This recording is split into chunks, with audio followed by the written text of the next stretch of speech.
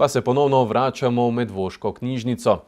Pretekli četrtek popoldan so učenci osnovne šole Medvode pod mentorstvom učiteljice Mojce Pintar v knjižnici Medvode pripravili razstavo z naslovom Lepote in modrosti našega jezika.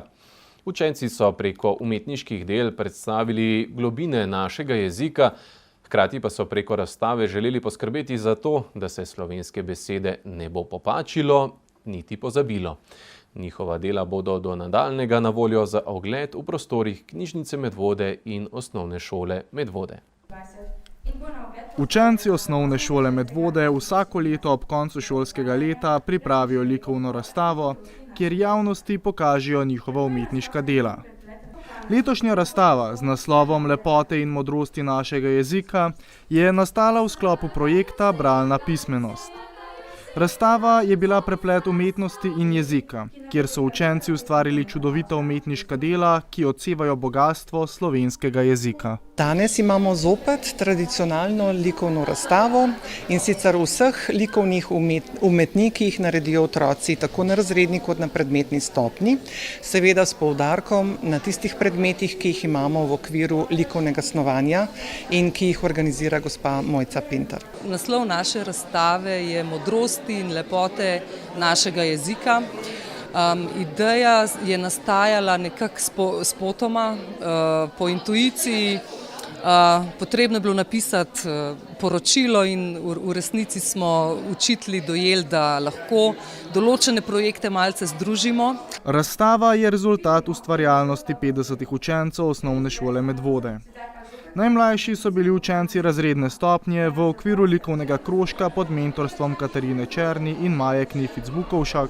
Najstarejši pa so bili učenci 9. razreda, ki so ustvarjali v sklopu obveznega predmeta likovno snovanje. Sodelovalo je približno 50 učencev oziroma vsi tisti, ki so v letošnjem šolskem letu sodelovali na likovnem področju. Izbrali so si likovni krožek, pa neobvezni izbirni predmet umetnost in pa obvezne izbirne predmete, kot so likovno snovanje 1, 2 in 3. Razstava je bila sestavljena iz 4 sklopov glede na starost učencev.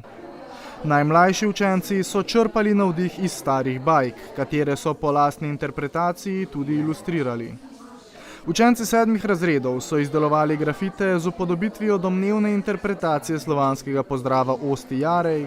Osmošolci so ustvarili tridimenzionalni koledar, na katerem so predstavljena rimska imena in redko uporabljena stara slovenska imena mesecev.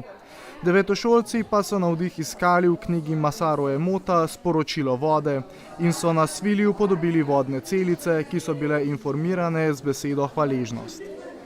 Posebej zanimive so bile tudi kiparske tvorbe, ki so jih ustvarili učenci izbirnega predmeta umetnost, kjer so v obliki kipov upodobili vpliv tujk na slovenski jezik.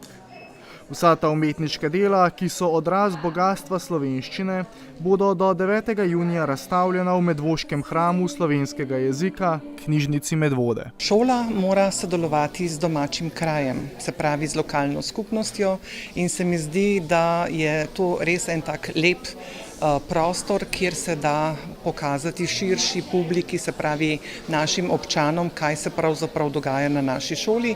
Poleg tega je tole knjižnica, o katerem danes govorimo, da slovenska beseda in lepa beseda lepo mesto najde, in to je knjižnica, in kam naj drugam postavimo torej razstavo. Osnovna šola Medvode skrbi za to, da učenci cenijo slovensko besedo in ohranjajo lep slovenski jezik, vendar pa se zavedajo tudi vpliva digitalizacije na jezikovno in kulturno okolje. Zato se tudi preko takih projektov aktivno ukvarjajo z ozaveščanjem mladih o pomenu pravilne uporabe jezika ter spodbujajo kritično razmišljanje pri uporabi digitalnih medijev. Jaz upam, da cenijo. Seveda me malo skrbi ta digitalizacija in vedno manj žive komunikacije, tako da s takimi stvarmi, kot je ta današnja razstava, in s takimi dejavnostmi, ki jih imamo pri pouku, se mi zdi, da tudi poskrbimo, da naša slovenska beseda se ohranja in se širi.